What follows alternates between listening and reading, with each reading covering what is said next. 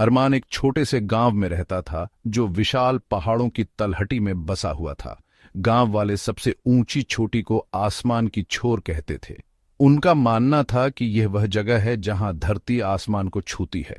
अरमान दूसरे बच्चों जैसा नहीं था जो पहाड़ों के साए में खेलकर खुश रहते थे। वो कुछ बड़ा सपना देखता था। वो आसमान की छोर पर चढ़ेगा। अपनी झोपड़ी से अरमान घंटों चोटी को घूरता रहता था। पहाड़ उसे बुला रहा था, ऐसा लगता था। वो अपनी ओर खींचता हुआ एक अजीब सा आकर्षण महसूस करता था। उसे पता था कि यही उसकी किस्मत है। वो आसमान की छोर को जीतेगा। वो सबको दिखाएगा कि नामुमकिन भी मुमकिन है।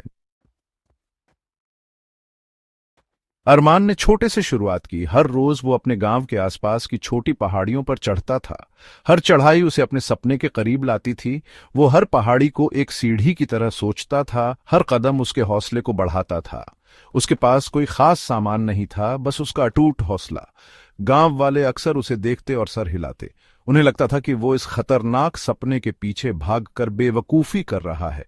वो उसे कहते कि जमीन पर ही रहो, उन चीजों पर ध्यान दो जो तुम हासिल कर सकते हो। लेकिन अरमान ने उनकी एक न सुनी। वो बस अपना लक्ष्य देख रहा था, आसमान की छोर। कि एक दिन एक खतरनाक पहाड़ी पर चढ़ते हुए अरमान हसन से मिला। हसन एक बूढ़े पर्वतारोही थे। उन्हें पहाड़ी बाज के नाम से जाना जाता था। उन्होंने अपनी जवानी में कई बार आसमान की छोर पर चढ़ाई की थी। अब वो पहाड़ों की तलहटी में अकेले रहते थे। हसन ने अरमान में वही जोश देखा जो उनके जवान दिनों में था। वो लड़के के जज्बे से प्रभावित हुए। उन्होंने अरमान को अपना शागिर्द बनाने का फैसला किया। वो उसे पहाड़ों के बारे में सब कुछ सिखाएंगे। वो अरमान को उसका नामुमकिन सपना पूरा करने में मदद करेंगे। हसन के मार्गदर्शन में अरमान निखर गया। हसन ने उसे पहाड़ों के मिजाज को समझना, मौसम का अनुमान लगाना, ढलानों की खतरनाक खूबसूरती का सम्मान करना सिखाया।